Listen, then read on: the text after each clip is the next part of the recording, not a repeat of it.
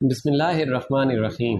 السلام علیکم، میں ہوں عمران احمد اور آپ دیکھ رہے ہیں میرا YouTube channel AIO audio books. پیش خدمت ہے اس کتاب کا اگلا حصہ، تو چلیے شروع کرتے ہیں۔ بالا کوٹ بہت پیچھے رہ گیا تھا اور اس کے ساتھ ہی شاہ اسماعیل شہید رحمۃ اللہ علیہ کا مزار، جسے ہم شام کے وقت دیکھنے گئے تھے، اور پتھروں پر چلتے چلتے میرے بوٹ کی ایڑی ٹوٹ گئی تھی۔ مٹی کوٹ کا نالا کافی تیزی سے بہہ رہا تھا، جا بجا چھوٹے بڑے پتھر پڑے تھے اور قد آدم چٹانیں ادھر ادھر ایستادہ تھیں۔ اسی مقام پر سید احمد شہید رحمۃ اللہ علیہ لڑتے ہوئے شہید ہوئے تھے۔ کیا خبر وہ پہاڑ کی اس جانب سے اترے ہوں یا شاید اس پگڈنڈی پر سے اترے ہوں۔ ممکن ہے سکھوں نے اس ٹیلے کے عقب سے حملہ کیا ہو اور ان کی دوسری ٹکڑی سامنے سے آ گئی ہو۔ کچھ دیر لڑائی ترازو کے تول تھی، پھر کانٹا بدلنے لگا۔ امیر المومنین سید احمد شہید رحمۃ اللہ علیہ خود ایک مورچے پر لڑ رہے تھے۔ اب یہ جنگ کا میدان نہیں رہا تھا، بلکہ مختلف ٹولیوں میں بٹ کر چھوٹی چھوٹی رزم گاہیں بن گیا تھا۔ رحیم بخش بنارسی حضور کے جانثاروں میں سے تھا۔ اس کا بیان ہے کہ ہمارے آگے 100-125 قدم پر سکھوں اور غازیوں کا ہجوم تھا، اور اکثر لوگ کہہ رہے تھے کہ حضرت امیر المومنین اس ہجوم کے اندر ہیں۔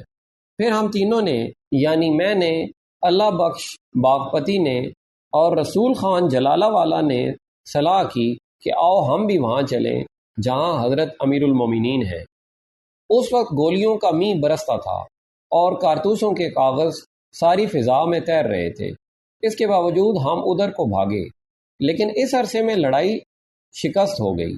اس آخری مارکے میں میاں لکھمیر رحیم بخش بنارسی سے ذرا آگے تھے۔ ان کا بیان ہے کہ حضرت امیر المومنین سکھوں کو مارتے ہوئے ہم لوگوں سے آگے بڑھ گئے۔ ہمارے دائیں طرف نالا تھا، 6 آدمی ہمارے اس نالے سے ہو کر حضرت امیر المومنین کے پاس چلے گئے۔ اس عرصے میں حضرت علیہ رحمہ کی طرف سے زخمی ہو کر ناصر خان بٹگرام کے آئے۔ انہوں نے ہاتھ کے اشارے سے بتایا کہ حضور اس ہجوم میں تشریف رکھتے ہیں۔ جیپ جرید کی طرف جا رہی تھی اور راستے میں جگہ جگہ گجرانیاں، ان کے بچے اور بھیڑوں کے گلے ملتے تھے۔ شیرباز کہہ رہا تھا، یار جی بہت غریب لوگ ہیں اس علاقے کے، خدا کی شان ہے، اس کے آگے بولا نہیں جاتا، وہ دیکھتا ہے ہم اپنا فرض کس طرح سے پورا کرتے ہیں۔ مسعود کہہ رہا تھا، واہ واہ خان، بالکل ٹھیک کہتے ہو، ہمارے بھی بہت سے فرض ہیں، ہم پر بھی بڑے کڑے حکم ہیں۔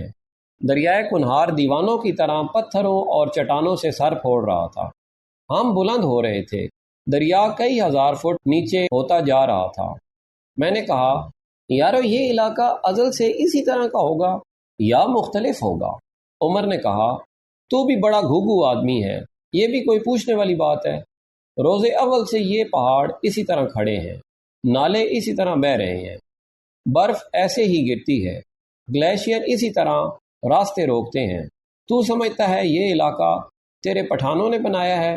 میں نے کہا، یار میرے ذہن میں ایک خیال آیا تھا، میں نے اس کا اعلان کر دیا۔ مفتی نے کہا، بالکل ٹھیک کیا ہے، اس وقت ہم آزاد ہیں، یہ 15 دن بالکل ہمارے ہیں، اس میں ہر طرح کا اظہار اور ہر طرح کے اعلان کی اجازت ہے، لیکن احمقانہ خیالات کے اظہار کی اجازت نہیں۔ پہاڑوں کو دیکھو، ہائے ہائے ہائے، وہ دور کنچن چنگا کی برف پوش چوٹیاں ہیں۔ مجھے جب بھی عمر کی طرف سے جھڑکی ملتی ہے تو مسعود بہت خوش ہوتا ہے۔ وہ مسکرا رہا تھا اور کہہ رہا تھا، لیڈر کے حکم کے بغیر تو کسی بات کا برملا اظہار نہیں کر سکتا، دل میں البتہ سوچ سکتا ہے۔ دل میں سوچنے لگا تو پھر یہ گیا۔ مفتی نے کہا، یہ پہاڑوں میں بھی اپنی دنیا ساتھ لے آتا ہے، بس اسی لیے ہم اس کو سفر پر لانا نہیں چاہتے تھے۔ یہ سالہ ڈھونڈ ہے، پروانہ نہیں ہے، ادیب نہیں ہے، اسکرپٹ رائٹر ہے۔ عماد جو ہم میں سب سے زیادہ پڑھا لکھا اور فرزانہ شخص ہے، اپنے وجود میں دیوانگی کی ایک جھریٹ بھی رکھتا ہے۔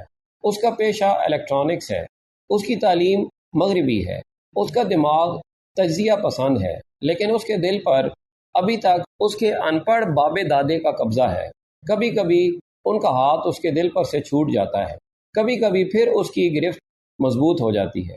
اس نے اپنی چھڑی سے ماتھا اٹھا کر کہا، یارو شاہ صاحب نے ایک معمولی سی بات پوچھی کہ علاقے روز اول سے اسی طرح کے ہیں یا بدلتے رہتے ہیں؟ تم لوگ ان کے پیچھے ہی پڑ گئے۔ اعظمی نے کہا، شاباش، لڑا دو شاہ جی کو ممولوں سے۔ عماد بولا، ایک مرتبہ بنی اسرائیل کے زمانے میں وقت کے بادشاہ سے حضرت خواجہ خضر کی ملاقات ہوئی۔ بادشاہ نے فرمایا، یا حضرت، جو کچھ عجائبات آپ نے اپنی عمر میں دیکھے ہوں میرے روبرو بیان کریں۔ حضرت خضر علیہ السلام نے کہا، میں نے بہت کچھ عجائبات دیکھے ہیں، مگر اس وقت جو کچھ حاضر ہے اس کا بیان کرتا ہوں۔ ایک مرتبہ میں ایک شہر میں وارد ہوا جہاں خلق عظیم تھی اور عمارات بلند سے آبادی تھی۔ پس میں نے ایک شخص سے دریافت کیا کہ یہ تعمیرات کس زمانے میں ہوئی؟ اس نے کہا، یہ شہر قدیم ہے اور مجھے نہ میرے باپ کو نہ میرے دادا کو اس کے آغاز اور اس کی بنا کا حال معلوم ہے۔ شروع سے ایسا ہی آباد اور قائم و دائم ہے۔ پس 500 برس بعد میرا پھر گزر اس شہر سے ہوا تو وہ شہر ویران نظر آیا، یہاں تک کہ ایک اثر بھی آثار عمارت میں سے باقی نہ تھا۔ وہاں ویرانے میں ایک مرد گھاس کھود رہا تھا۔ میں نے اس سے پوچھا، یہ شہر کب خراب ہوا؟ اس نے کہا، میں نے یہ شہر ہمیشہ ہی خراب دیکھا ہے۔ میں نے کہا، یہ شہر کبھی آباد بھی تھا؟ اس نے کہا، ہرگز نہیں۔ یہاں کی آبادی کا حال نہ اپنی آنکھوں سے دیکھا، نہ میرے باپ نے یا میرے دادا نے یا اس کے دادا نے اس کا تذکرہ کیا۔ پس میرا گزر 500 برس کے بعد دوبارہ ہوا تو دیکھنے میں آیا کہ وہ سرزمین ساری عالم آب ہو گئی تھی اور ماہی گیر اس میں جال ڈال کر مچھلیاں پکڑتے تھے۔ ان سے دریافت کیا کہ کب یہ زمین دریا برد ہو گئی؟ انہوں نے جواب دیا، افسوس، تم بہت ہی بے خبر ہو جو ایسے کلام کرتے ہو۔ یہ سرزمین ہمیشہ سے عالم آب ہی رہی ہے، کبھی یہاں کی خشکی کا حال اپنے باپ دادا سے نہیں سنا۔ 500 سال بعد پھر میرا ادھر سے گزر ہوا تو دریا خشک ہو کر زمین برآمد ہوئی۔ کاشتکار اس میں کھیتی باڑی کر رہے تھے اور عورتیں گھاس کے پھولے باندھ رہی تھیں۔ میں نے دریافت کیا کہ کب سے یہ زمین پانی سے نکلی ہے؟ انہوں نے جواب دیا کہ ہمیشہ سے ہی زمین رہی ہے۔ پس پوچھا، یہاں کوئی دریا نہ تھا؟ انہوں نے کہا، ہم نے اپنی آنکھوں سے دیکھا، نہ اپنے باپ دادا اور بزرگوں سے سنا۔ الغرض اس کے بعد بھی جب 500 سال بعد میرا جانا ہوا تو ایک عظیم الشان شہر وہاں نظر آیا، بڑے بڑے مکان، عمدہ سرائیں، تاجروں کے قافلے اور خوش پوشاک لوگ۔ پس وہاں کے لوگوں سے میں نے اس شہر کے آغاز و بنیاد کا حال دریافت کیا تو انہوں نے جواب دیا کہ بھائی، یہ شہر تو ایسا ہی آباد تھا، ہمیں اس کے بنا کی تاریخ معلوم نہیں۔ عماد کی بات سن کر تھوڑی دیر جیپ میں خاموشی رہی، پھر عمر کہنے لگا، یہ سب داستانیں ہیں، میں خواجہ خضر وغیرہ کو نہیں مانتا۔ مفتی نے کہا، نہ مانو چند جی، بات پر غور کرو، بات ماننے والی ہے۔ اعظمی نے کہا، یار مفتی، اب تو پنڈی سے باہر کے لوگوں کو بھی علم ہو گیا ہے کہ تو نہایت ضعیف الاعتقاد ادیب ہے۔ مفتی نے ہنس کر کہا، میں ادیب بالکل نہیں، صرف ضعیف الاعتقاد شخص ہوں۔ اور وہ جو تیرا والد فرائڈ تھا جس کی تو حرامی اولاد ہے، وہ؟ عمر نے پوچھا۔ وہ؟ مفتی نے سر کھجا کر کہا، اس سے تو میں نے علم حاصل کیا ہے۔ دراصل میں ایک ہائیلی ایجوکیٹڈ سپرسٹیشیس مین ہوں۔ مسعود نے کہہ مار کر کہا، لو پٹ لو، کیا پٹتے ہو؟ شیرباز نے کہا، یارا جی، اس علاقے کے لوگ بڑے ہی غریب ہیں، اللہ کی شان ہے۔ سامنے ایک بچہ اور اس کی ماں جا رہے تھے، بچے کی گود میں ایک چتلی مرغی تھی اور عورت کے سر پر میلے چیکڑ جزدان میں لپٹا ہوا قرآن تھا۔ جب ہم ان کے قریب سے گزرے تو شیرباز نے اسٹیئرنگ سے دائیں ہاتھ چھوڑ کر اپنی انگلیوں کو چوما اور باری باری دونوں آنکھوں سے لگایا۔ میں نے سگریٹ کا ٹوٹا لڑکے کے پاؤں کے پاس پھینک دیا۔ شیرباز نے کہا، اس بچے کی ساری دولت یہ مرغی ہے۔ یارا جی، بہت غریب لوگ ہیں اس علاقے کے۔ عمر نے کہا، اس سے مرغی خرید لیں، ناران چل کر روسٹ کریں گے۔ مسعود نے کہا، نہیں یار، اس کی پالتو معلوم ہوتی ہے۔ لیڈر بولا، اسی لیے تو خرید رہے ہیں کہ اس کی کچھ مالی مدد ہو جائے گی۔ شیرباز نے کہا، یارا جی پوچھ لیتے ہیں نا۔ او لکھا! لڑکا سہم گیا اور اس کی ماں نے قرآن شریف سر سے اتار کر اپنے سینے کے ساتھ چمٹا لیا۔ اوئے، مرغی بیچے گا؟ لڑکے نے نفی میں سارے لایا تو عماد نے پوچھا کیوں نہیں بیچتا؟ لڑکے نے خوفزدہ ہو کر کہا جی یہ میری مرغی ہے، میں اس کو انڈوں پر بٹھاؤں گا۔ تو اب اس کو کدھر اٹھائے پھرتا ہے؟ شیرباز نے دریافت کیا۔ جی یہ بیمار ہے، اس کو دم کروا کے لا رہا ہوں۔ اچھا اچھا، مفتی نے کہا، پھر اپنی جیب سے تمباکو والا پان نکالا، ساتھ ہی 1 روپیہ بھی۔ روپیہ لڑکے کو دے کر مفتی نے پان منہ میں رکھ لیا اور ڈرائیور سے غٹر غوں کی آواز میں کہا چلو جی۔ آدمی نے سارے لا کر کہا یار یہ مفتی بڑا نیک آدمی ہے، روپیہ روپیہ خیرات کرتا ہے، کم نہیں۔ مفتی کے منہ میں پان تھا اور پیک سے اس کے کلے پھول گئے تھے، نہیں تو وہ کوئی جواب ضرور دیتا۔ جرید میں ہم تھوڑی دیر کے لیے رکے۔ شیرباز نے کہا یہاں اخروٹ کی لکڑی سیزن کرنے کا کارخانہ ہے اور بہت اعلیٰ قسم کا فرنیچر بنتا ہے، آؤ آپ کو دکھاؤں۔ ہم نے کہا چائے کہاں سے پئیں؟ چائے ادھر نہیں جی، شیرباز بولا، چائے کاغان میں چل کر پئیں گے، ادھر میرے گرائیں کا ایک ہوٹل ہے، بہت فرسٹ کلاس چائے بناتا ہے۔ ہم اس کی فرمائش پر فرنیچر کا کارخانہ دیکھنے چلے۔ ایک اونچی پہاڑی پر ٹین کی چھت والے بڑے بڑے ہینگروں میں لکڑی کا کام ہو رہا تھا، کچھ لٹھے سوکھ رہے تھے، کچھ کو آگ کے قریب رکھا ہوا تھا، ایک بڑھئی پھٹے راندھ رہا تھا اور 8 آدمی چورس اور سطحی سے اخروٹ کی لکڑی پر پھول پتیاں کھود رہے تھے۔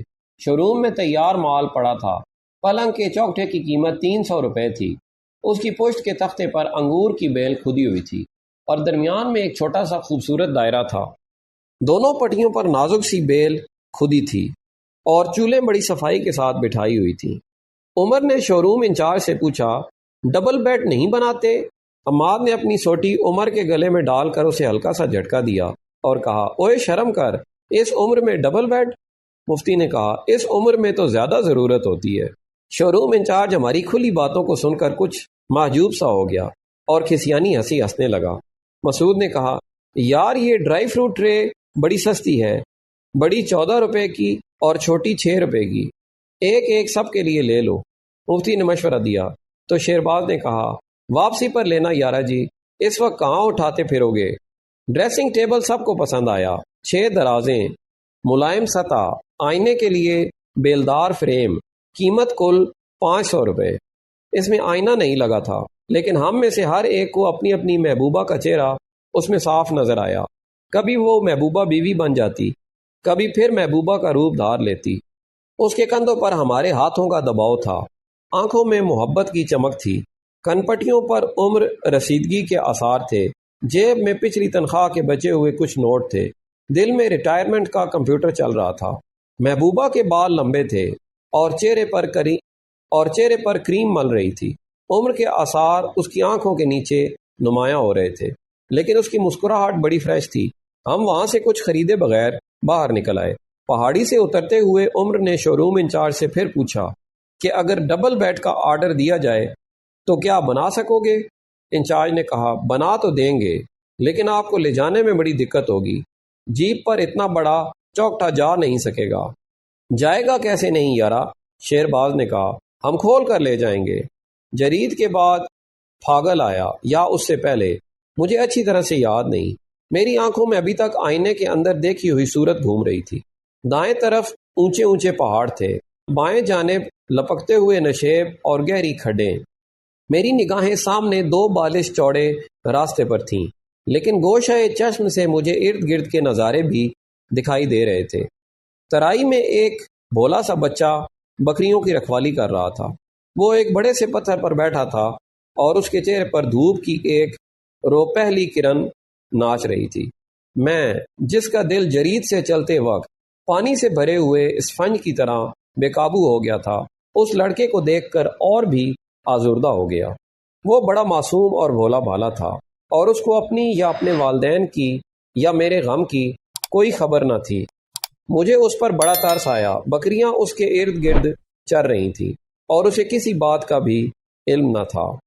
اچے اچے تکھے تکھے کالے شاہ پہاڑ، سوگج ڈبی ہو کے بھر دی، کبن ہار اجاڑ، چپ چاندی گھوکر اندر، ٹامے ٹامے جھگے، ورلے ورلے گھر، ٹیڑھی راتے ہیٹھاں تکدیاں، رب دی جائے ڈر، پتھر اتے تیڑو ننگا، آکا باکا کاکا، بکریاں دا راکھا بے خبر انجان، اینی گل نہ سمجھے اینا دی نہ جانے، رات نو سومن لگی تو جدو دوپٹا لاویں، کیڑے پاسے رکھیں کیڑے پاسے سوویں۔ عمر نے نعرہ مار کر کہا، شاہ جی سو گئے ہو؟ میں نے آہستہ سے کہا، نہیں جی جاگ رہا ہوں۔ مسعود نے کہا، پھر واپس لاہور پہنچ گئے ہو؟ میں نے کہا، نہیں یار تمہارے ساتھ ہوں وادی میں۔ تو پھر اس وقت کہاں تھے؟ آدمی نے پوچھا۔ میں نے کہا، بکریاں چرا رہا تھا اس بچے کے ساتھ۔ ہیں بچہ؟ آدمی نے تڑپ کر پوچھا، کون بچہ؟ سور کا بچہ، عمر نے کہا لگایا۔ میں نے کہا، نہیں یار وہ بیٹھا ہے۔ سب نے پلٹ کر دیکھا، بھولا بچہ ابھی تک پتھر پر بیٹھا تھا اور اس کے چہرے پر ابھی تک وہی پہلی کرن ناچ رہی تھی۔ گجروں کے قافلے میدانوں سے واپس پہاڑوں کی طرف جا رہے تھے۔ یہ وہ لوگ ہیں جنہوں نے اپنی زندگیوں میں کبھی گرمی نہیں دیکھی۔ یہ حدت اور دھوپ اور امس سے نا آشنا ہیں۔ پہاڑوں پر دور دور اپنی بھیڑ بکریاں چراتے ہیں، اسی گلہ بانی کے سہارے اپنی زندگی بسر کرتے ہیں۔ جب اونچے پہاڑوں کی چوٹیوں پر پہلی برف باری ہوتی ہے تو یہ اپنے ریوڑ ہانک کر نیچے اترنے لگتے ہیں۔ سردی ان کے پیچھے پیچھے دبے پاؤں سفید بلی کی طرح لپکتی آتی ہے اور یہ آگے آگے نیچائیوں اور نیوانوں پر اترتے جاتے ہیں۔ نومبر دسمبر تک پا پیادہ چلتے یہ مانسیرا، نوشہرہ، بالا کوٹ اور حویلیاں تک پہنچ جاتے ہیں۔ کچھ گجر راولپنڈی تک بھی آتے ہیں لیکن اس سے آگے نہیں۔ یہاں پہنچتے پہنچتے مارچ کا مہینہ آ جاتا ہے۔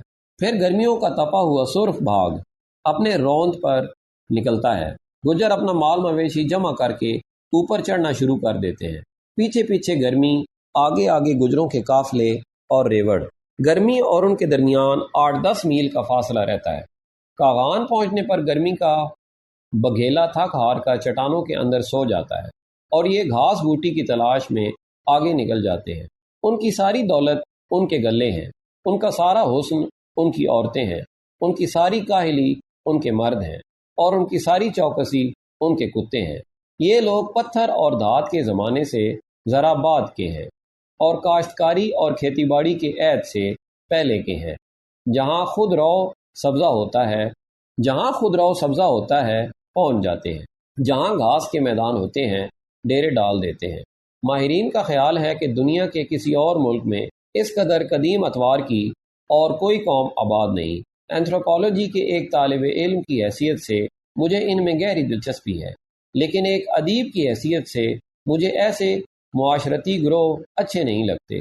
کہانیاں لکھنے والوں، داستانیں سنانے والوں اور فلم سازوں نے خانہ بدوشوں کی زندگیوں پر ایسی کہانیاں وضع کی ہیں کہ مجھے زہر لگتی ہیں۔ ایک خانہ بدوش دوشیزہ اور ایک شہری بابو کے درمیان جب محبت کا ڈول ڈالا جاتا ہے تو مجھے اکائی آنے لگتی ہے۔ ان دونوں کے درمیان کبھی بھی کمیونیکیشن نہیں ہو سکتی، اور جہاں کمیونیکیشن نہ ہو وہاں محبت کس طرح ہو سکتی ہے؟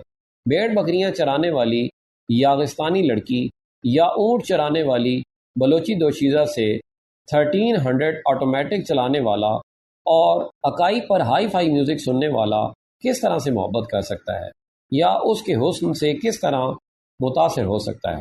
جو نوجوان ٹیلی ویژن کے ٹریویرا اشتہاروں کا ہیرو ہو، وہ ہو ہا ہا کرنے والی ان پڑھ چرواہی سے کیسے متکلم ہو سکتا ہے؟ اس کے ساتھ وہ کس زبان میں گفتگو کر سکتا ہے؟ اس کے ساتھ کس طرح ڈوئٹ گا سکتا ہے؟ پہاڑی کوے شاہ جی، مسعود نے جیپ کا پردہ اٹھا کر باہر دیکھتے ہوئے کہا، ڈوئٹ گا رہے ہیں؟ مفتی نے کہا، یہ ڈوئٹ نہیں چند جی، یہ ان کا سوان سانگ ہے، اس سے آگے نہیں ملیں گے۔ حماد نے کہا، کووں کی زندگی بھی عجیب ہے، اس پر کینیڈا کے زولوجیکل سینٹر میں بڑی ریسرچ ہوئی ہے اور ماہرین نے اس سلسلے میں 3 تھیوریاں قائم کی ہیں۔ عمر نے چیخ کر کہا، لعنت لعنت! مسعود بولا، تو علموں بس کری ہو یار۔ لیکن مفتی نے کہا، یار اس کو بات کرنے دو، کالا علم تو آیا نہیں، شاید کالے کوے کا علم ہی نصیب ہو جائے۔ اس پر سب نے احتجاج کیا اور عماد کو اپنے علم کے اظہار کا موقع نہ مل سکا۔ اب کاغان کی بستی قریب آ رہی تھی اور پہاڑ کے دامن میں اور پہاڑ کی چوٹیوں پر گھروندوں اور جھوپڑوں کی تعداد بڑھنے لگی تھی۔ شہرباز نے جیپ روک کر کہا، یارا جی وہ پل دیکھو ادھر دریا کے اوپر۔ ہم نے ترپال سے گردنیں نکال کر ادھر ادھر دیکھا لیکن کوئی پل نظر نہ آیا۔ اس نے اپنی سیٹ سے اٹھ کر ترپال کی ایک سائڈ اٹھا دی اور کہا، وہ جی وہ دیکھو ادھر پہاڑ کے پاس ایک آدمی پل پر سے گزرنے لگا ہے۔ ہم نے دیکھا دریا کے اوپر اسٹیل کا رسہ تنا ہوا اور اس پر ایک پھرکی دار پیڑی چلتی تھی۔ اس آدمی کے ساتھ ایک لڑکا تھا جس نے ایک پوٹلی اٹھا رکھی تھی۔ آدمی کی گود میں سفید رنگ کا ایک لیلا تھا۔ دونوں باپ بیٹا ایک دوسرے سے گلے ملے۔ پھر وہ آدمی لیلا لے کر پیڑی پر بیٹھ گیا۔ بیٹے نے پوٹلی اس کی گود میں دے دی اور پھرکی دار پیڑی کف اڑاتے شور مچاتے دریا کو عبور کرنے لگی۔ آدھی راہ تک پیڑی اپنے زور میں پھسلتی گئی لیکن دریا کے عین بیچ لوپ پر آ کر رک گئی۔ اس آدمی نے ایک ہاتھ لیلے پر رکھا اور دوسرا ہاتھ بڑھا کر اوپر اسٹیل کے رسے کے پاس لٹکتی ہوئی ایک رسی پکڑ لی۔ وہ آہستہ آہستہ اس رسی کو کھینچتا تھا اور اس کی پیڑی ایک ایک فٹ دو فٹ ہو کر آگے کو بڑھتی تھی۔ شیرباز نے کہا، یارا جی یہاں کے لوگ بڑے غریب ہیں، اللہ کی شان ہے، ان کے لیے کوئی پل بھی نہیں بناتا، بس جو چیز انگریز بنا کر چھوڑ گیا تھا وہی باقی ہے۔ مسعود نے کہا، انگریز بڑا حرامی تھا خان، تم انگریز کو نہیں جانتے۔ کیوں نہیں جانتا جی؟ جانتا ہوں، شیرباز نے یقین کے ساتھ کہا، میں نے خود انگریزوں کے ساتھ کام کیا ہے، بڑا بدبخت حرامی تھا۔ پھر ہم نے جیپ کے اندر گردنیں کر لیں اور شیرباز بسم اللہ پڑھ کر موٹر چلانے لگا۔ میں نے کہا، ہم ناران کس وقت پہنچ جائیں گے؟ یہی جی کوئی انشاءاللہ جمعہ کی نماز تک پہنچ جائیں گے خدا کے فضل سے۔ اوہو آج تو جمعہ ہے مسعود، عماد نے گردن گھما کر کہا۔ بسم اللہ، مسعود سارے لا کر بولا، جمعہ پڑھیں گے انشاءاللہ، ناران کی مسجد میں پڑھیں گے۔ شاباش جی یارا، خدا خوش رکھے، شیرباز نے خوش ہو کر کہا، جمعہ ضرور پڑھنا جی، ادھر کے لوگ بہت راضی ہوں گے، سمجھیں گے آپ ان کے بھائی ہیں، ان کے عزیز رشتہ دار ہیں، کسی کا دل رکھنا بڑی نیکی کا کام ہے جی۔ مفتی نے کہا، یارا میں نے کبھی جمعہ نہیں پڑھا، میں تو آپ سے معافی چاہوں گا۔ نہ جی نہ، شیرباز نے کہا، ایسا نہ کرنا، خدا کا آپ پر بڑا فضل ہے، وہ لوگ بہت خوش ہوں گے کہ شہر سے ہمارے بھائی آئے ہیں، ہمارے پنجاب کے بھائی۔ میں نے کہا، بھائی تو ہم ان کے ہیں شیرباز، نماز پڑھنے یا نہ پڑھنے سے کیا فرق پڑتا ہے؟ وہ جی فرق پڑتا ہے نا، شیرباز نے آہستہ سے کہا، بھائی کی شکل بھی بھائی سے ملتی ہو، اس کی عادت ملتی ہو، بات چیت ملتی ہو، پھر ہی بھائی ہو سکتا ہے۔ ادھر بہت ٹورسٹ لوگ آتا ہے یارا، دریا میں ٹراؤٹ پکڑتا ہے، گھوڑ سواری کرتا ہے، بڑا خوبصورت رنگدار پوشاک پہنتا ہے، پر اس کی شکل ناران کے لوگوں سے نہیں ملتی۔ سلام علیکم بولتا ہے پر اس کا ڈیزائن دوسرا ہوتا ہے، اس لیے ادھر کے لوگ اس کو اپنا بھائی نہیں سمجھتے۔ تو پھر کس کا بھائی سمجھتے ہیں؟ عماد نے پوچھا۔ وہ یارا جی، شیرباز نے رکتے ہوئے کہا، اس کو دوسرے ٹورسٹ کا بھائی سمجھتے ہیں، جو دلیت سے آتا ہے، امبیسیوں سے آتا ہے۔ آپ جمعہ پڑھنے ضرور جانا، ان لوگوں کو تیقن ہو جائے گا کہ پنجاب کے بھائیوں کی یہ عادت ہمارے جیسی ہے۔ پنجاب کے بارے میں تمہارے خیالات کچھ اچھے نہیں شیرباز، آدمی نے اسے چھیڑتے ہوئے کہا۔ نہ جی نہ، خدا کی قسم، ہم سرحد کے لوگ تو پنجاب سے بڑی محبت کرتے ہیں، بڑا خوشی کرتے ہیں پنجاب پر۔ لاہور نے بڑا زبردست مقابلہ کیا ہندو کا، وہ کیا بولتا ہے جی اس توپ کو؟ رانی، مجھے فوراً یاد آ گیا، ہاں جی رانی، بڑا زبردست چاند ماری کیا رانی نے۔ ہم ادھر کے سخانی میں روز شام کو رانی کی بات کیا کرتے تھے۔ مسعود نے منہ پکا کر کے کہا، خان یہ رانی کو چلاتا رہا ہے۔ خواہ یارا زندہ باد جی۔ جیپ کو ایک دم بریک لگی۔ آپ ملٹری کا آدمی ہے؟ نہیں بھائی، ہم میں ملٹری کا کوئی آدمی نہیں، ہم سب ریڈیو کے آدمی ہیں، آدمی نے منہ پکا کر کے کہا۔ رانی ایک کیسرویل آرٹسٹ تھی، اس کا ذکر ہو رہا ہے۔ اس پر سب ہنسنے لگے۔ شیرباز شرمندہ سا ہو گیا تو عماد نے سنجیدگی سے کہا، یار اپنی انسٹیٹیوشن کو اس طرح بدنام نہیں کرتے۔ ذرا سی دیر کو جیپ میں خاموشی رہی، پھر ہم بدنامی کا داغ لے کر کاغان کے گاؤں میں داخل ہو گئے۔ اس گاؤں میں کچھ کچے پکے چھوٹے چھوٹے گھروندے ہیں جو چٹانوں کی اوٹ سے نظر نہیں آتے، کچھ کوٹھیاں ہیں جو اپنی لہریا چھتوں اور رنگین دیواروں کی وجہ سے صاف نظر آتی ہیں۔ یہ جدونوں اور سیدوں کی کوٹھیاں ہیں جو اس علاقے کے، ان پہاڑوں کے اور ان مرغزاروں کے مالک ہیں۔ کاغان میں داخل ہونے والی سڑک کے نالے کے پل پر سیدوں کا منشی بیٹھا تھا جو 1 روپیہ فی بارو اور 2 روپے فی گائے کے حساب سے گجروں سے چرائی کی اجرت لے رہا تھا۔ جو ریوڑ چرائی کے لیے کاغان کی وادی میں داخل ہوتے انہیں یہ ٹیکس ادا کرنا پڑتا۔ بیچارے سیدوں کے لیے آمدنی کا ایک یہی ذریعہ باقی رہ گیا ہے۔ اسی وجہ سے وہ کاغان چھوڑ کر کراچی، لاہور اور اسلام آباد میں جا کر آباد ہو گئے ہیں، اور انہوں نے ڈیفینس سوسائٹی، گلبرگ اور رمنہ میں اپنی کوٹھیاں بنا لی ہیں۔ شیرباز نے کہا، اب چائے پیو جی، چاہے بینچ پر بیٹھ کر پیو، چاہے وہ سامنے اخروٹ کے نیچے ٹھنڈی گھاس پر، یہ میرے گرائی کی دکان ہے۔ ہم سب نے اخروٹ کے درخت تلے بیٹھ کر چائے پینے کا فیصلہ کیا۔ درخت کے پتے دھوپ کی روشنی میں چلک رہے تھے اور اس کی ڈالیوں میں کچے کچے اخروٹ لگے تھے۔ نیچے گہرے سبز رنگ کی گھاس تھی اور ٹھنڈی ہوا چل رہی تھی۔ دریا کے شور کی وجہ سے ہمیں ذرا اونچا بولنا پڑتا تھا اور ڈھلان کی وجہ سے ٹانگیں پھیلا کر اور ایڑیاں جما کر بیٹھنے کی ضرورت محسوس ہوتی تھی۔ عمر بہت اداس تھا اور اپنی چھڑی کی مٹھ پر ٹھوڑی لگا کر پہاڑوں کی چوٹیاں دیکھ رہا تھا۔ ہم سب کو اس کی اداسی کی وجہ معلوم تھی اور ہم سب خاموش تھے۔ گو اس واقعے کو 14-15 سال ہو چکے ہیں، لیکن اس کی اداسی کا عالم اب بھی وہی ہے۔ پہاڑوں میں کھوئی ہوئی محبتیں اور بھولی ہوئی یادیں پھر لوٹ آتی ہیں۔ جس طرح بارش کے دنوں میں باہر بوندیں پڑتی ہیں تو انسان کے اندر بھی بارش ہونے لگتی ہے۔ اوپر سے تو ٹھیک رہتا ہے لیکن اندر سے بالکل بھیگ جاتا ہے۔ اس قدر شرابور کہ آرام سے بیٹھنے کی کوئی جگہ باقی نہیں رہتی۔ یہی کیفیت پہاڑوں میں جا کر ہوتی ہے۔ کیسا بھی اچھا ساتھ کیوں نہ ہو، انسان تنہا رہ جاتا ہے اور اداسی کی دھند اسے چاروں طرف سے لپیٹ لیتی ہے۔ اندر آہستہ آہستہ اندھیرا چھانے لگتا ہے اور باہر کیسی بھی دھوپ کیوں نہ کھلی ہو، کیسی بھی ٹھنڈی ہوا کیوں نہ چل رہی ہو، اندر ٹپا ٹپ بوندیں گرنے لگتی ہیں اور شدید بارش ہو جاتی ہے، اور اندر سے بھٹکا ہوا انسان باہر کے آدمیوں کے کام کا نہیں رہتا، ان کا ساتھی نہیں رہتا۔ یہی حالت عمر کی تھی۔ اخروٹ کے تناور درخت تلے ٹھنڈی ہوا میں ہم نے گرم چائے پی اور کسی نے کسی سے بات نہ کی۔ کھلے ہوئے مناظر میں ہم کچی برف کے کاش بن کر گھل گئے تھے اور اس ٹھنڈی ہوا میں تحلیل ہو گئے تھے جس میں چیڑ کی خوشبو، گھاس کی مہک اور دریا کی باس شامل تھی۔ شیرباز اپنی سلیٹی رنگ کی چادر سے چپلیاں جھاڑتا ہوا ہماری طرف آ رہا تھا۔ اس کے ساتھ ہوٹل کا ایک لڑکا تھا جو چائے کے برتن لینے آیا تھا۔ شیرباز کی آواز دینے سے پہلے ہی ہم اپنی جگہ سے اٹھے اور جیپ کی طرف چل دیے۔ یہاں سے ناران کوئی 12 میل کے فاصلے پر تھا اور راستے میں ہمیں ایک بہت بڑے گلیشیئر پر سے گزرنا تھا۔ جیپ میں بیٹھتے ہی ہم پر سے اداسی کے بادل چھٹ گئے اور پیٹرول کی بو اور ترپال کی گند ہمیں پھر اس دنیا میں واپس لے آئی۔ پہاڑ کا ایک تیکھا موڑ کاٹنے کے بعد مسعود نے ہم سب کی توجہ ٹین کی چھتوں والی ایک بستی کی طرف کرائی اور بولا، یہ کوئی فیکٹری معلوم ہوتی ہے۔ فیکٹری یہاں کہاں؟ عماد نے کہا، یہاں تو بس یاگ ہیں یا بکریاں یا خود رو سبزہ ہے یا پتھر۔ فیکٹری کا یہاں کیا کام؟ فیکٹری ہے، عمر نے کہا۔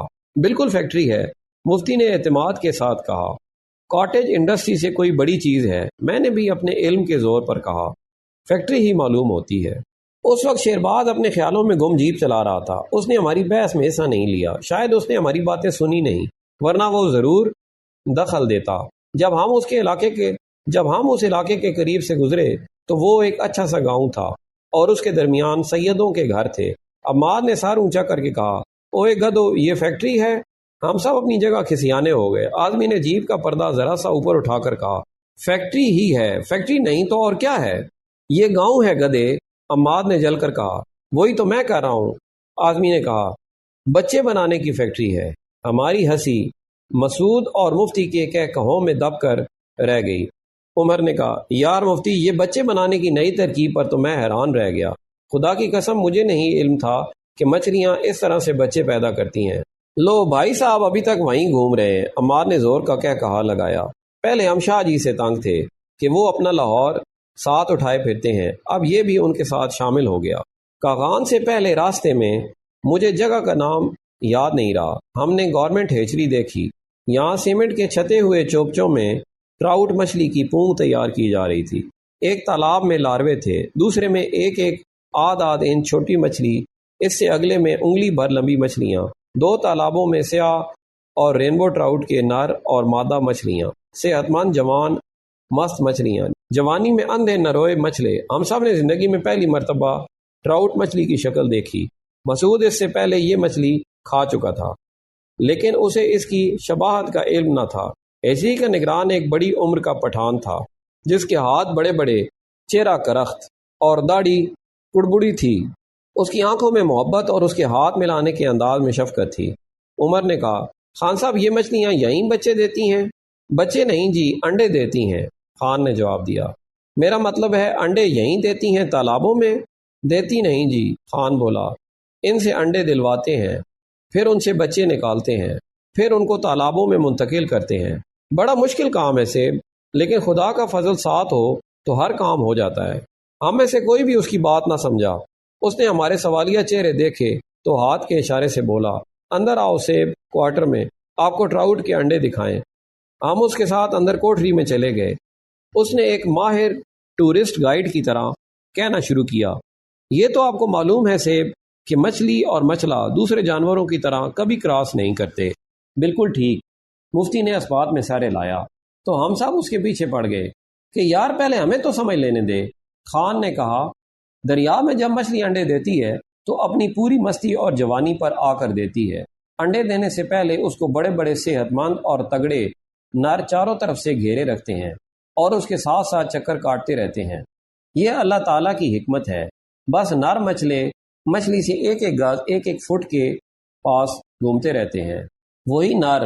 عماد نے پوچھا۔ نہ جی، بدلتے رہتے ہیں، کوئی اس مچھلی کے گرد گھومتے رہے، کوئی دوسری مچھلی کے گرد جا کر گھومنے لگے۔ پھر خدا کا کرنا ایسا ہوتا ہے سیب کہ مچھلی پتھروں کے اندر، یہ جو چھوٹے چھوٹے پتھر ہوتے ہیں نا، کنکریوں جیسے، ان میں اپنی پوچھل مار مار کر ایک ٹویا سا بنا لیتی ہے اور اس میں انڈے دیتی ہے، کوئی 8-10 ہزار کے قریب۔ کیا؟ کتنے؟ عمر نے چیخ کر کہا، یہی سیب، کوئی 10 ہزار کے قریب۔ اور پھر ادھر سے بھاگ جاتی ہے، اپنے مزے سے تیرتی ہے، کوئی اوپر نکل گئی، کوئی 2 میل نیچے چلی گئی۔ انڈے دے کر چلی گئی؟ آدمی نے کہا، ہاں جی۔ اور پھر نہیں آتی؟ نہ جی، پھر اس کو آ کر کیا لینا ہے، بس اپنا کام کیا اور ختم۔ پھر ان میں سے بچے کتنے دن بعد نکلتے ہیں؟ مسعود نے پوچھا۔ ابھی ٹھہرو سیب، ابھی بچے کدھر سے نکلیں گے؟ ابھی تو خالی ہوائی انڈے ہیں، ان سے بچے کس طرح سے نکل سکتے ہیں؟ خان نے قدرے خفگی کے ساتھ کہا، ابھی تو مچھلا آئے گا۔ اچھا، ابھی موصوف کو تشریف لانا ہے، آدمی نے کہا، لیکن اب کیا فائدہ؟ وقت پر قطرہ بہت ہے، ابر خوش ہنگام کا، جل گیا جب کھیت تب برسا تو پھر کس کام کا؟ نہ جی، ابھی تو اس کو برسنا ہے، خان نے کہا۔ جب مچھلی انڈے دے کر چلی گئی نہ سیب، تو مست مچھلا ادھر آیا، ان انڈوں کے ساتھ اپنا بدن ملایا۔ اس کے بعد بس اللہ کی حکمت ہے سیب، اس نے اپنا خاص مادہ ان انڈوں پر پھیلا دیا۔ ہیں؟ عمر نے چیخ کر کہا، ہاں سیب، بس وہ مادہ سارے انڈوں پر پھیل گیا اور مچھلا چلا گیا۔ اس کے بعد جی، خان بولا، دریا کا تیز پانی اس مادے کو انڈوں پر سے دھو دیتا ہے، زیادہ دیر نہیں ٹھہرتا مادہ، بس 5-7 منٹ میں انڈے دھل جاتے ہیں۔ وہ کیوں؟ عماد نے پوچھا۔ بڑا زہریلا مادہ ہوتا ہے سیب، تیزابی، 5 منٹ سے پہلے انڈوں کی باریک جھلی میں اتر جاتا ہے۔ زیادہ دیر پڑا رہے تو سارے کے سارے انڈے سڑ جائیں، تباہ ہو جائیں۔ مچھلے کی ملاقات نہیں ہوتی خان؟ عمر نے پوچھا۔ نہ جی، اس کو کیا پتا کون سی مچھلی کے انڈے ہیں، اور مچھلی کو کیا پتا کون مچھلا انڈوں پر اپنا مادہ ڈال گیا ہے۔ یہ دیکھیے، یہ ہمارا ٹرے ہے، اس میں ہم انڈے لیتے ہیں۔ لکڑی کا کوئی 1.5 فٹ لمبا، 1 فٹ چوڑا اور 3 انچ اونچا ڈبہ تھا۔ اس کے چاروں طرف مچھلی جالی لگی تھی۔ ڈھکنے کے فریم میں بھی یہی جالی تھی، صرف پیندا لکڑی کا تھا۔ ایسے 2-3 ٹرے دیوار کے ساتھ لٹک رہے تھے اور ان سے مچھلی کی بساند آ رہی تھی۔ خان نے کہا، ہم انڈوں پر آئی ہوئی مچھلی تالاب سے پکڑتے ہیں اور اس کے پیٹ پر سیدھے ہاتھ کی 2 انگلیوں کا دباؤ ڈال کر سارے انڈے اس ٹرے میں دلوا لیتے ہیں۔ ٹھہرو، 1 منٹ، عمر نے بے چین ہو کر کہا، آپ مچھلی تالاب سے باہر نکال لیتے ہیں، کھلی ہوا میں؟ ہاں جی، بالکل کھلی ہوا میں، لیکن ہم تالاب کے کنارے بیٹھ کر یہ عمل کرتے ہیں۔ اتنی جلدی مچھلی مرتی نہیں سیب۔ پھر سیب، یہ ٹرے سارا انڈوں سے بھر جاتا ہے۔ تیزی سے گرتے ہیں انڈے؟ مسعود نے پوچھا۔ بالکل فرسٹ کلاس، بڑی تیزی کے ساتھ، خان نے جواب دیا۔ جب یہ ٹرے انڈوں سے بھر جاتا ہے تو پھر ہم ایک مچھلا تالاب سے نکالتے ہیں اور اس کی پوچھل ان انڈوں پر کر کے اس کے سر سے پوچھل کی طرف 2 انگلیوں کا دباؤ اسی طرح ڈال کر نیچے تک جاتے ہیں۔ اس نے بتایا کہ ہم مچھلی کا سر اپنی ٹھوڑی اور ہنسلی کی ہڈی کے درمیان دبا لیتے ہیں، بائیں ہاتھ سے اس کا بدن پکڑتے ہیں اور سیدھے ہاتھ کی 2 انگلیوں کا دباؤ اس کے پھسلتے پیٹ پر ڈالتے ہوئے نیچے کی طرف جاتے ہیں۔ مطلوبہ مادے کی ایک پچکاری چلتی ہے اور ٹرے میں رکھے ہوئے سارے انڈے لتھڑ جاتے ہیں۔ جب خان یہ بات بتا رہا تھا تو اس کی ٹھوڑی اس کے سینے سے لگی ہوئی تھی اور وہ ہینگری کا ایک بوڑھا وائلنٹ لگ رہا تھا جو اپنی جوانی کے زمانے میں بڑے بڑے اوپرا میں وائلن بجاتا رہا ہے۔ ہم سب خاموشی سے اس کے چہرے کی طرف دیکھ رہے تھے۔ کوٹھڑی میں سناٹا تھا اور وہ ابھی تک اپنے خیالی مچھلے کو اسی طرح گلے لگائے کھڑا تھا، حالانکہ سارے انڈے کبھی کے لیے تھڑ چکے تھے۔ پھر سے ہم مچھلے کو واپس چوپچے میں چھوڑ کر 5-7 منٹ تک اس مادے کو انڈوں پر رہنے دیتے ہیں۔ اس کے فوراً بعد یہ ٹرے 11 نمبر چوپچے میں ڈال دیتے ہیں، جہاں دریا کا ٹھنڈا پانی ایک طرف سے داخل ہو کر دوسری طرف سے نکل رہا ہے۔ پانی جالی میں سے گزر کر سارا مادہ دھو دیتا ہے اور انڈے بچے پیدا کرنے کے لیے تیار ہو جاتے ہیں۔ آدمی نے کہا، سمجھ گئے مسعود، یہ ہے اصل فیکٹری بچے پیدا کرنے کی۔ عمر نے چڑھ کر کہا، یار تم بیچ میں بکواس نہ کیا کرو۔ اچھا خان صاحب، پھر کیا جی؟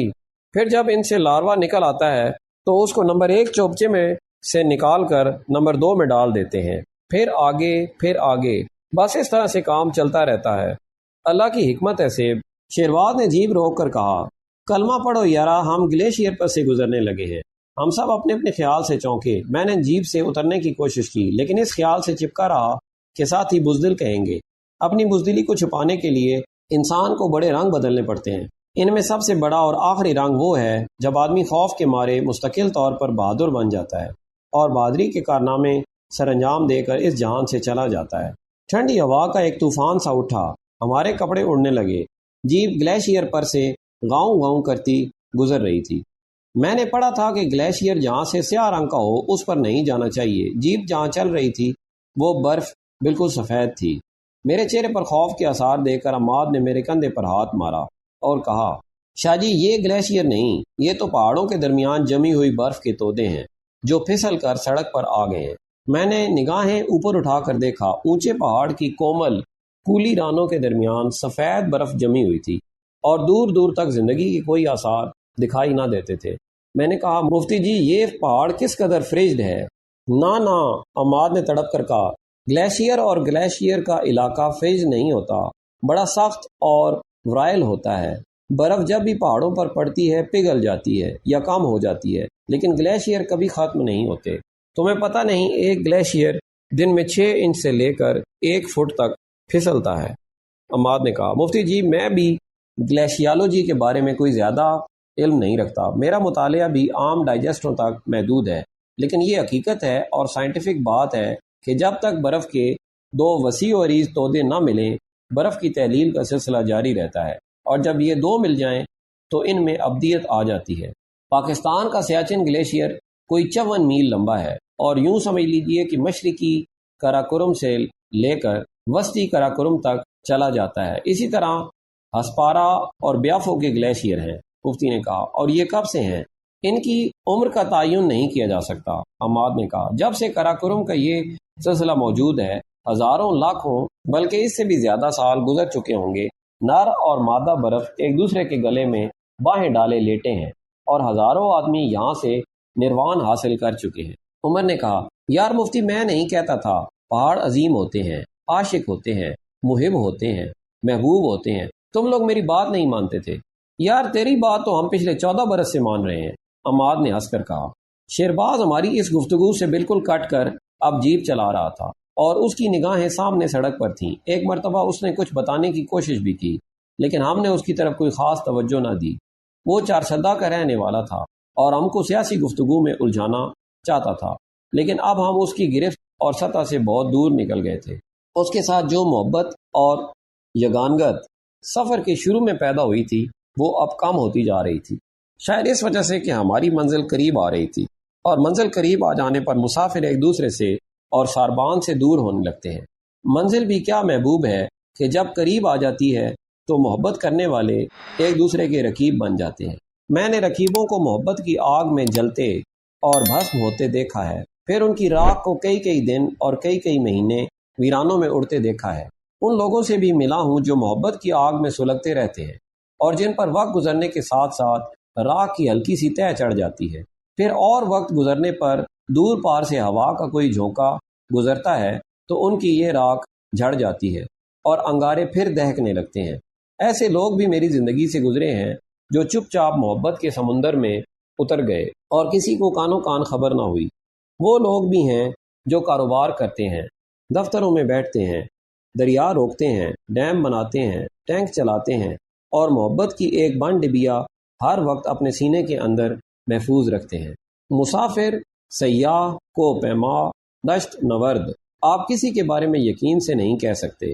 قاہرہ کے ایئرپورٹ پر جو اٹالین اپنا بریف کیس گود میں ڈال کر بیٹھا تھا، سیاسیات کا ایک معمر پروفیسر تھا جو ٹوکیو یونیورسٹی میں لیکچر دینے جا رہا تھا۔ اس کے عمر رسیدہ دل پر اس شریرے بدن کی لڑکی کا بوجھ تھا جو حال ہی میں تھیسس اس کی نگرانی میں مکمل کر کے فارغ ہوئی تھی، اور جس کا منگیتر اسے ہر روز یونیورسٹی سے لینے آتا تھا، اور وہ اسکوٹر پر اس کے پیچھے اس کے شانے سے گال لگا کر بیٹھتی تھی۔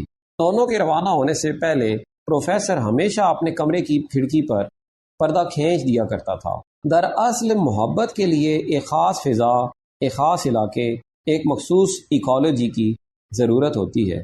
اس کے لیے دو دلوں کی یاد، دو دلوں کے ملنے کی احتیاج نہیں ہوتی، ایک خاص پس منظر کی ضرورت ہوتی ہے۔ دراصل پس منظر بھی مناسب لفظ نہیں، یہ تو آدمی کی سوچ محدود کر دیتا ہے۔